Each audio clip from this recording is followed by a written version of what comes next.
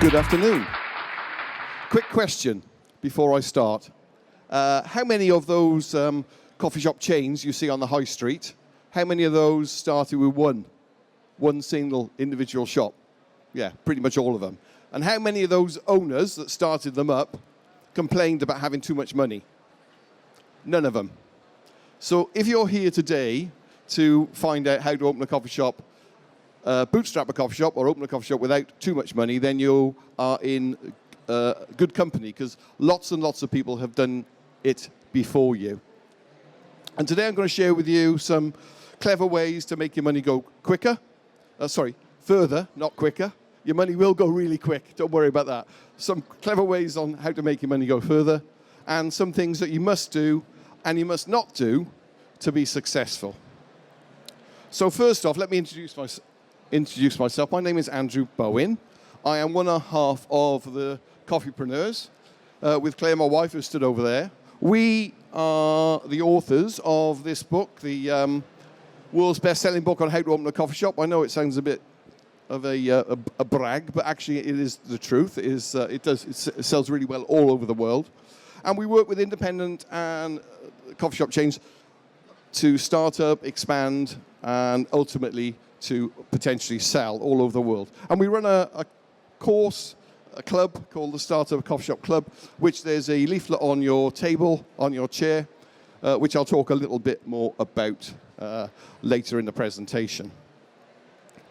So how much does it actually cost to start a coffee shop? Well, there's a few different levels I've sort of itemized here. Now, it's not rocket science, but you can start a pop-up for about anything from 100 quid or even less if you can beg, steal or borrow. A cart or a van, probably 5 to 30. You can take over an existing business, anything from about 10 or even less to 100. And ultimately you could start from scratch, build your own coffee shop, and that, well, anything up to £500,000. Now, that's the typical cost of a Starbucks or a Costa that you see open on the high street. That's the sort of amount of money they'll invest. Now, how many people in the room have actually got their own coffee shop at the moment? Good. And how many people are thinking of opening a coffee shop? Okay, so a good spread. It's good to know. The first thing I'm going to talk about in terms of your journey, these are the things that will cost you nothing. These are the things that are going to be free, but they are so critical you do before you put your hand in your pocket and start giving people money. Okay? You need to do your research. Now, research comes in lots of ways. How many people who are thinking of opening a coffee shop actually worked in a coffee shop before? Yeah? Good. Well, it's a great place to start. If you're thinking of opening a coffee shop or a cafe and haven't actually worked in a coffee shop or cafe, then I implore you to get a job in one. To stand there behind the counter for 8 hours, make coffee, serve the public, clean the dishes, and deal with everything that goes with it. Because you might actually realize that it's not quite as romantic a thing to do as you imagine. So that's the very first thing you should do. You should do your research. Obviously, $16.99 is the book. That's probably a really good place to start, and we've got a few with us we can sell you later if you haven't got it.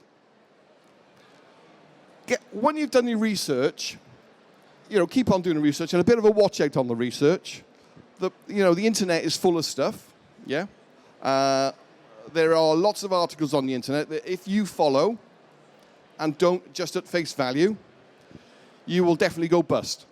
Okay, so some of the numbers that you see that are out there actually don't fit the cafe industry, the coffee shop industry. So be very wary of the information that you find reputable sources of information. Okay, but there is tons of stuff out there on YouTube. So that's with your spare afternoons and evenings, then that would be a good place to start. The second part that's not going to cost you anything is to create your vision. Now, what I mean by a vision is that you need to understand, you need to be able to articulate what your coffee shop, what your cafe business will stand for. What will the customers feel when they're in your business? How will the staff in your team? How will the team in your business treat the customers? What will the colours be? What the logos are going to look like? What are you going to sell? Where are you going to open? What is your ideal avatar? Think of all those things. You need to populate this in your head. The clearer you become on your vision, the easier it is for you to make all the decisions further on down the road. So for instance, if I wanted to open a specialty coffee shop that was really focused on high-end coffee with real great provenance and amazing flavors, educating the public, right? I would not be able to buy a coffee machine off eBay, okay? Because that would not be congruent with the offer. You would need to buy a decent La Marzocco machine or something that would tell your customers the second they walk in through the door that you are serious about making coffee.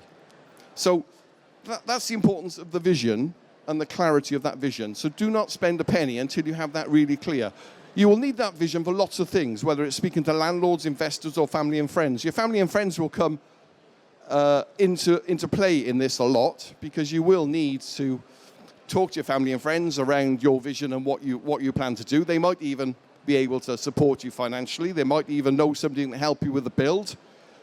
They might even just, encourage or even work in the business. So your family and friends are really important in this. A lot of coffee shops we know who have started up have relied heavily on their family and friends and their sort of pet builders who will do a job for them on the weekend. So all those sort of things. It's building relationships. And if you have that vision, it's much easier to get their engagement and to get them involved on your journey if you can sell it to them.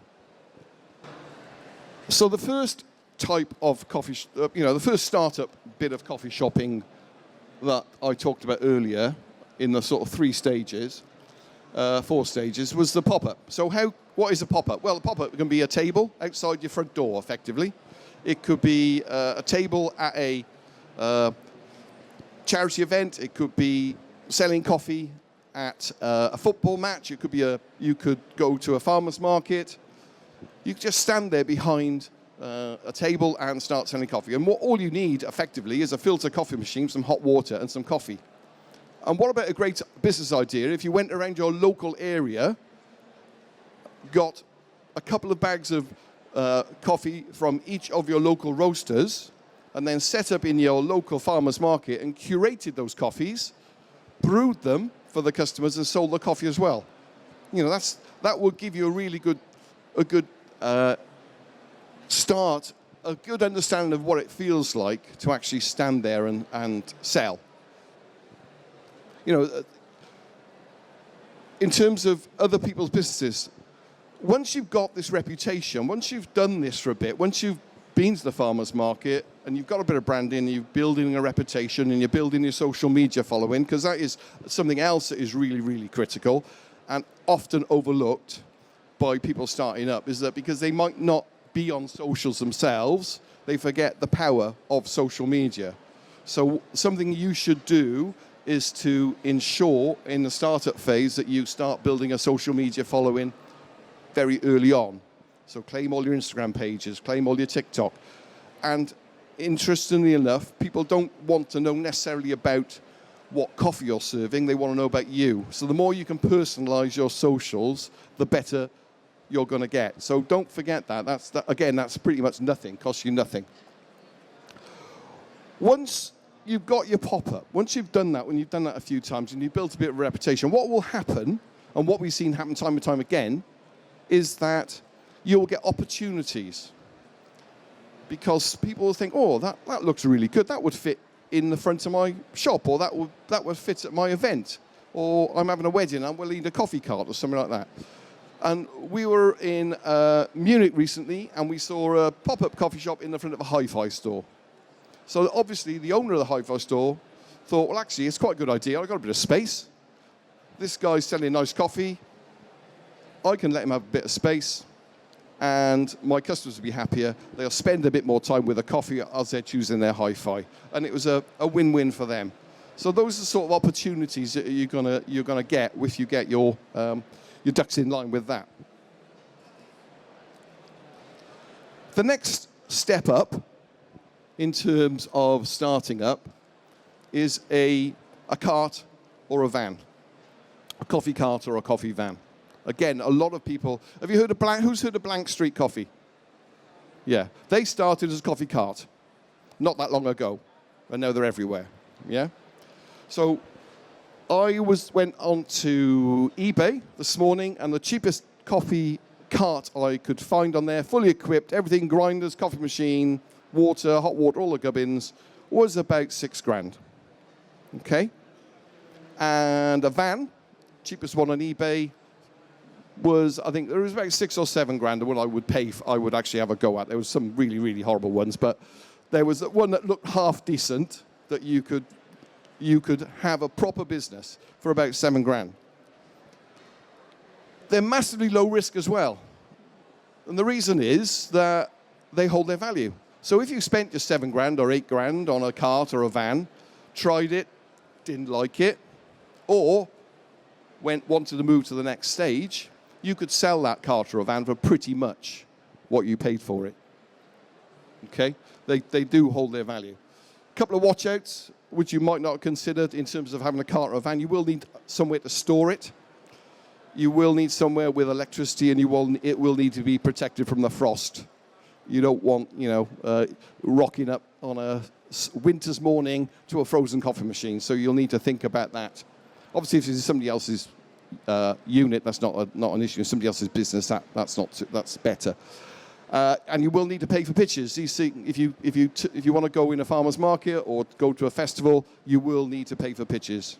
And you can't just park in any old lay-by because there are rules and regulations around that. So it's not quite as simple as it might seem, but nevertheless, and of course, if you've got a van, you'll need a driving license. And if you need a cart that needs to be transported, you might need a car and a trailer. So a couple of watch-outs there. Interestingly, another excellent opportunity that people aren't necessarily aware of is the issue with commercial property. So if you're a commercial property landlord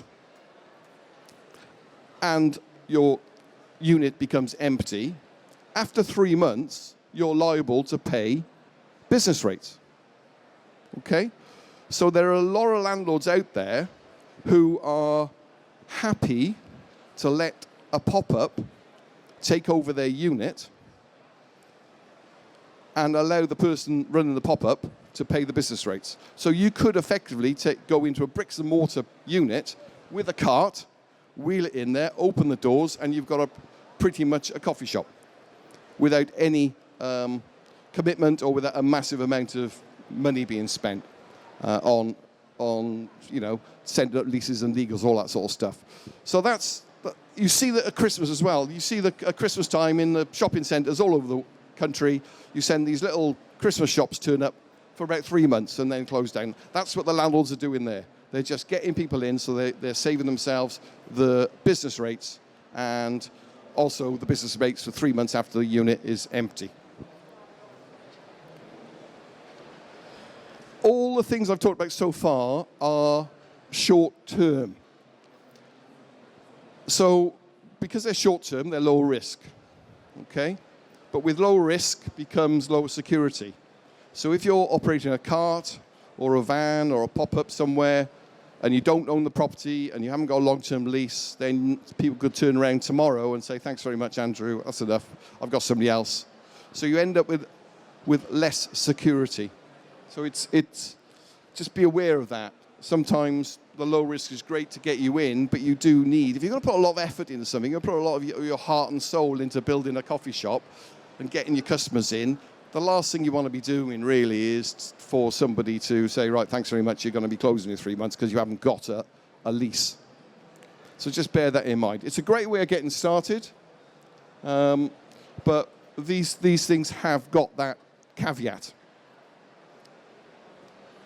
And finally, because I'm not going to talk about, I didn't think anybody in the room had £500,000, so the last bit I'm going to talk about was taking over an existing business. Now, this might be the best way you could start up. The simple reason is, out there are literally hundreds, if not thousands, of existing coffee shops that are coffee shop owners that have come to the end of their natural sort of enjoyment of the business. Okay? They've got to a stage where they want to sell their business, they want to close it, but they can't. They've lost interest in the business. It's looking a bit dilapidated. I should imagine you can sort of picture these in your mind's eye. These are the coffee shops that the owner looks a bit glum, the staff look a bit tired, there's not enough of them. The toilet door catch isn't working properly, it's a bit dirty. It looks like you're going back in time. These are the places where the owner's desperate to get out, but they can't. And the reason they can't get out, in a lot of these instances, is they've got a lease. They've got an existing lease that they've signed that has a term of another, perhaps 3, 4, 5 years. And when you sign a lease, a commercial lease, it's not like renting a house or renting a flat. You are signing a piece of paper that says, I guarantee to give the landlord so many years of lease. And you can't get out of it. It's really hard to get out of it. So there's a lot of guys out there and gals out there who have got a coffee shop. They're desperate to sell. They're desperate to get rid of it. But they can't. They're stuck. These are the places that a new startup coffee shop, a new coffee shop owner can take over and make a massive difference to. Our first coffee shop, believe it or not, was a failing coffee shop we took over. It was struggling. It was as I described it. Yeah, as I described it, it was tired. The owner had an issue with his poor mum. He couldn't spend much time in the shop because his mum was poorly. The team were just doing what they wanted, closing earlier, opening late, not putting the right stuff, not caring about the service. We took it over. And within 4 months, we quadrupled the sales. So that's all we did was be Andrew and Claire behind the bar, serve great coffee, smile, sell what people wanted to buy, and, were speedy in the service. So we quadrupled the sales. So what we bought was a failed business that was worth very little. And what we ended up with was a business that was very profitable and worth a lot more. So spotting these opportunities, the growth opportunities, is critical.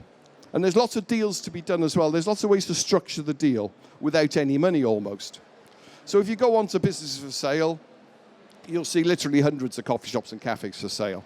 Yeah, it's spotting the ones that haven't quite sold yet that will do a deal. Get to know. But this is where your vision, this is where your reputation. So if you rock up as a person who's never run a coffee shop before, and speak to the owner and say, I want to take your business over, he's not going to be as comfortable with doing that with somebody who he can see has run a pop-up, who has done events, who's got a bit of a brand, who's got a social media following. That's going to give them comfort. And there are deals to be done. So there's 3 sort of main types of way you can structure this deal. The first one is like a license agreement. So effectively you take over the business under license from the tenant. So you don't take over the lease, but you agree to pay the owner, the person that has the lease, a percentage per week, per month. Okay? That's the first thing. That's what we did in our second shop, believe it or not. The other type of deal is like a buyout deal, where you can say, right, here's some money up front, and I'll pay you over time, over the next 6 months, over the next 2 years. To the landlord, lots of deals. That's how we sold our last shop. Actually, we actually ended up with a payment plan. So there's lots of deals to be done. And then finally, once you're in situ and you've got a reputation with the landlord, you paid your bills, you built the stuff up. You're basically paying for the business out of cash flow. Okay. You then will look to try and solidify your hold on the place by talking to the landlord and taking over the lease. That's the ultimate thing. So you then take over a new lease. But then you've got that. Often landlords are afraid to give people a new lease because they're untried and tested. Whereas if you take this suggestion of running it under license or a payment program, you've actually built up a reputation with the landlord. So that's a very clever way to do it. So a few So money. So on here, I should have put time and money because they're the same thing. Okay, you will need some money. How do you get it? So I'm hoping that if you are serious about opening a coffee shop at the moment, you are saving some money yourself. You've got your family and friends. In fact, you might notice I haven't actually put banks on there because banks just don't like lending to small independent businesses for a startup. Although they say they do, they don't. Unless you've got a massive asset to back it up with and you put a personal guarantee, they don't like small. So I haven't even put that on there. You know, Uncle Bob might have 50 grand he can lend you, okay? Unfortunately, I didn't have an Uncle Bob to lend me any money, but you might have a rich relative or your parents might want to lend you some money to get started. If you do take time, if you do take any money or anything from your family and friends, the watch out there is to make sure that you have some sort of agreement with them, because you don't want to borrow 50 grand off Uncle Bob for your great new business, and then in 3 months, Uncle Bob wants to buy a new car and he wants his 50 grand back. So you need something written down, no matter how friendly you are with your family member, okay? And these people, the family and friends, these are the guys that are going to really help you. So the more they can save you time as well. They can, work in your place. They can help you with painting and decorating, all that sort of stuff. Suppliers can help as well. So if you build a reputation, if you start off with a roaster, after a few months, then you end up, you can start asking suppliers for account. So instead of paying them before you get it, you can pay them afterwards. And then effectively, if you get 28 days credit, then effectively you're using other people's money to run your business. And in some suppliers, it's in their interest to have great customers. And a lot of roasteries, I know, would definitely go out of their way to help their new startup coffee shops and want to build a long-term reputation with them. So ultimately, they will lend you or give you or perhaps have a second-hand coffee machine at the back that you can borrow or for very little. You can lease and you can rent. But what I haven't put up there is that there is literally thousands of pieces of commercial catering equipment available to buy online in second-hand commercial catering equipment websites or on Facebook groups. The watch out for that. I would never buy a coffee machine off one of those, by the way, or an ice machine. But pretty much everything else, I'd have a punt at, okay? And you can pick this stuff up, fridges, counters, for a fraction, absolute fraction of it. And of course, you can lease and you can rent. And crowdfunding works really well for our industry. If you look at, who knows, Grind or Daisy Green? So those are two great examples of, they've raised millions of pounds on crowdfunding. But typically the crowdfunding thing works better once you've got an established business. Because, number one, well, it takes such a lot of time. I know people have done the crowdfunding thing, and it just takes an awful lot to do it right and proper, and to get the best amount of money out of it. It's almost like a job in its own without running a coffee. It is a job to do that properly. A couple of do's and don'ts. Okay, not too many. But so insurance, make sure you've got public liability insurance. If you're going to serve stuff to the public, you need insurance. You don't. If you remember, you're making stuff that people are going to put in their mouth, in their bodies. So you need to be really, really covered for yourself. Don't sign any personal guarantees or any legal stuff unless you put it past a lawyer. Okay? There are far too many people we meet, talk to, who've got massive regret because they've signed a legal document without understanding it, and then they have. Although lawyers are expensive, can be expensive in the big scheme of things, but if you've got to sign a legal document, you need to make sure it's correct. Otherwise, further on down the road, you could end up in serious trouble, either not having the opportunity to carry on running your business or having a massive bill for repairing somebody's roof 3 floors above you. And we had that, actually. Keep your records. So everything you spend, everything you buy, everything that you take, you need to record. So you should you're doing your research today. You should keep your terrain tickets, the receipt for the book you're going to buy later. The food you've had for lunch, the beer you're going to have later when you're on the way back. Keep your receipts because that's a legitimate expense. Keep all your receipts, keep your records, and then when the time comes, you'll be able to give this to an accountant and they'll be able to do the necessary with HMRC. Don't think that you can get away without talking to HMRC, because the minute you take over £90,000, which is £2,000 a week really, or if you do £5,000 a week, that's 3 months, you're liable for 20%. You're liable to pay the taxman 20%. And there are so many people out there who don't do that, and they're crying in their cappuccinos all over Facebook, I don't know what to do. Basically, they've been making more money than they've been making 20% more profit for the last 3 months by charging the same as everyone else but not being as efficient. So effectively, you'll need to put your prices up. You need to charge, make sure that everything every price you put, assume you're going to put VAT on it. Up to the point you go to the threshold, then you can keep that extra 20% in your pocket. But the minute you get past the threshold, which won't be long, if you've got a successful business, £2,000 a week's nothing. You couldn't run a bricks and mortar coffee shop with a £2,000 a week sales. Even £5,000 a week, you're probably looking, if you're doing a £5,000 a week in a bricks and mortar coffee shop, you're hardly breaking even. So you will end up paying VAT and tax.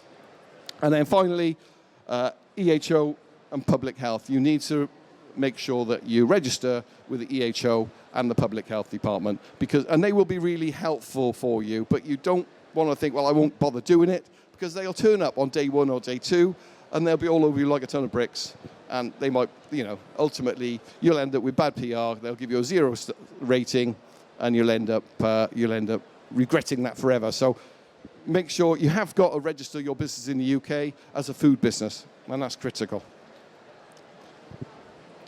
So in summary, spend the time before you spend any money getting that vision right. Getting the vision right.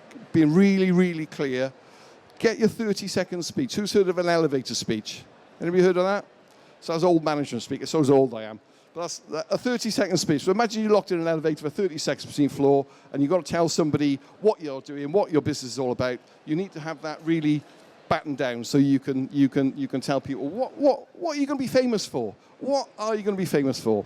What are customers going to feel when they come into your business? What are they going to tell other people when they leave?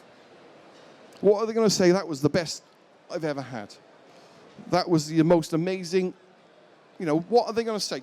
Get in there, get that clarity. Once you've got that clarity of vision, you got your avatar, you get clarity on your avatar, who the person is going to come in your shop is going to be, what you're going to sell, where you're going to open, and everything. Everything is much easier to make. Every decision is easier to make when you have that total clarity of vision, from the layout to the equipment you need to buy. And finally, as I said, make sure that you take the right advice and spend the proper advice, serious advice, and not just. And be careful of the family and friends thing as well with the advice, because if you'll often get biased advice or feedback from your family and the people that love you when you give them your business idea or you talk to them, because they don't want to offend you. So just be aware of that. And if you've got a great uncle who run a fish and chip shop back in 1958, then it's probably not relevant to the business you're thinking about running. Okay, so be aware of that. And finally, before I go for questions, I talked about something we do, and the leaflet's on your table, on your chair. The Coffee Shop Startup Club is the perfect advice for you. This is not a pitch, because I'm not supposed to pitch, but this is something we do. It's got every video, every checklist, every download, everything you'd ever want, 24 hours of videos, and a private coaching club where you can ask myself and Claire anything you want. Cool.